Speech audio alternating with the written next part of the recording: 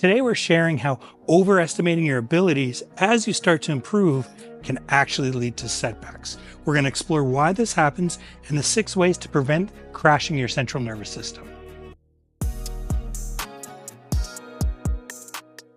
Any of you who struggle with PTSD like me know that it's not a linear journey.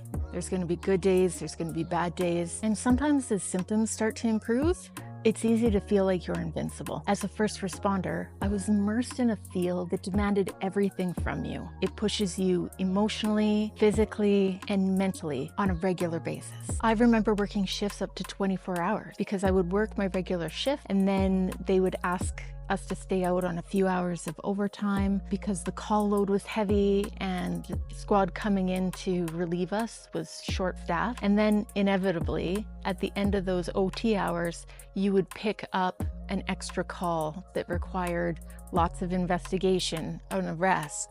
You couldn't just leave the person and go home, so you ended up staying until that file was completed. The calls you're exposed to are emotionally and mentally draining just by the nature of what's involved with them. And within the emergency services culture, the expectations globally of your coworkers, of yourself, meant that I was consistently pushing myself to the point where I was always in survival mode. I know that any emergency responders who are watching this will resonate with, because my story is not an anomaly.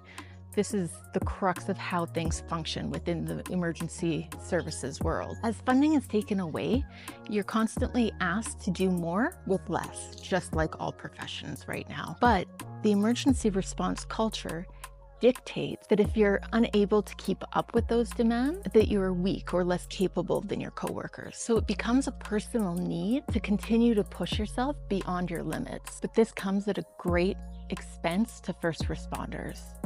We've seen members fall into alcoholism, drug use, suicide, or accidental drug overdoses, all attempting to medicate themselves to be able to survive this environment. It has caused countless relationships and marriages to fail. But it's important to know that this doesn't stop after you've left the job or been diagnosed with PTSD. These thoughts, feelings, and demands that we place on ourselves become ingrained into who we are. After being off with a complex PTSD diagnosis for almost a year, I began to feel like I was okay.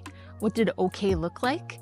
It looked like being able to get out of bed in the morning, being able to go to the grocery store without absolutely crashing my system, or not being completely reactive and snapping at people all the time. But with it came those good old feelings of self-judgment, feeling like I should be able to go back to work. I'm not doing my part. And if I can function, even if it's just a little bit at home, then I should be spending that limited ability at work, contributing and moving things forward. So I attempted to return to work.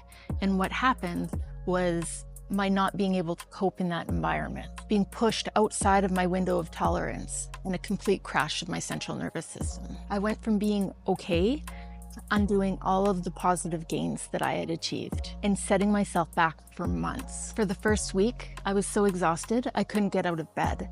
For the week that followed, I still couldn't drive because my executive functioning wasn't allowing me to process things safely. And it took another 6 months for me to be able to process things appropriately and not have scattered thoughts and be able to focus. Since then, it's happened more times than I'd care to admit, even on a smaller level, because as soon as I start feeling okay, I start putting demands on myself to do more jobs, more chores, more errands, and more responsibilities in an effort to be as productive as possible. It's easy to stick to your boundaries and respect your capacity when you're really struggling, because your body won't allow you to do anymore. But when you get to a place where you're feeling just a little bit more settled, it's hard not to push yourself and try and extend your limits. One of the hardest but most important lessons that I'm still trying to learn is that progress needs to be gradual, and there may still be underlying vulnerability that need careful management. While it's great to feel motivated, it's essential to listen to both your body and your mind and recognize your limit. I have had multiple setbacks in an attempt to return to my norm, or even attempt to return to work or take a course, and have had setbacks that take hours or take months. Yet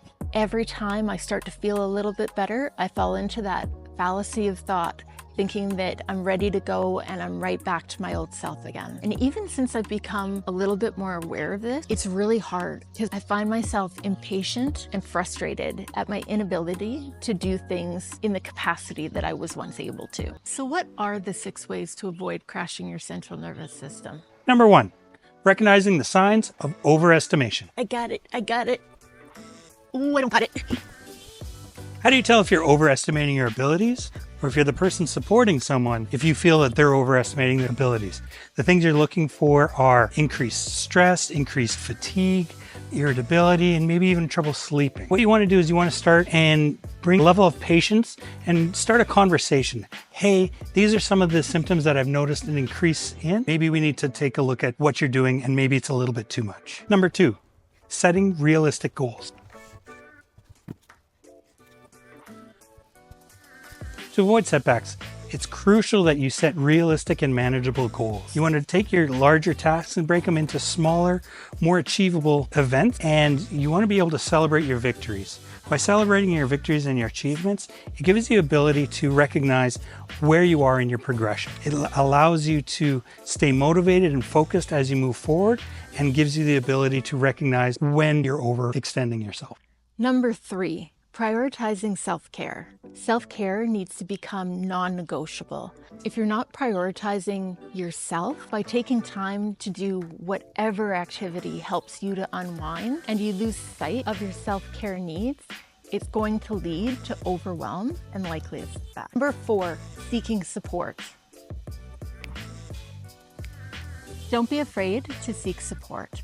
Sometimes reaching out to family or friends can offer insight and encouragement in times where you're struggling. I find that if I'm struggling, or even if I'm starting to feel better, it's hard for me to see that in myself or see exactly where I'm at. So going to Chris and getting an unbiased opinion of where I am as opposed to where I think I am really helps me stay on target. Number 5, pacing yourself is key. Gradually increase your activities and your responsibility and recognize it's going to take you time to get back into it. It's okay to take it slow and make the adjustments as necessary. Remember, from this point forward, your progress is going to be incremental while your setbacks could be monumental. Progression like this and recovery like this is more of a marathon, not a sprint. Just think about what it's like to get back into working out after you've been out for a while. If you try and go back to where you were, more than likely you're just going to hurt yourself and put yourself on the further timeline backwards to get better. Number 6, learn from setbacks. If you do experience a setback, don't be too hard on yourself. Setbacks are a natural part of learning and healing. Take the time to reflect, adjust your approach, and keep moving forward.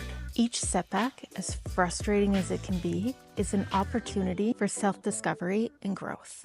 Even once I became aware of this and attempted to hold myself to a slower progression, I found that I became extremely frustrated and impatient with my inability to do what I was once able to do, and guilty for not being able to do more. Understanding the risks of overestimating your abilities as your PTSD symptoms improve and taking steps to safeguard against setbacks is vital to the healing process. If you found this video helpful in any way, please like, subscribe, share it among your socials. I'm Chris. I'm Rebecca. Thanks for watching, and we'll see you in the next video.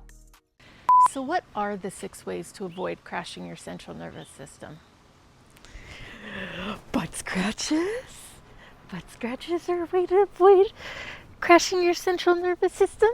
Hi, what else, baby? What else is a way to avoid crashing your central nerve? Front scratches? Front scratches are? Yeah. Kisses are? Oh, all good suggestions, Llama. All good suggestions.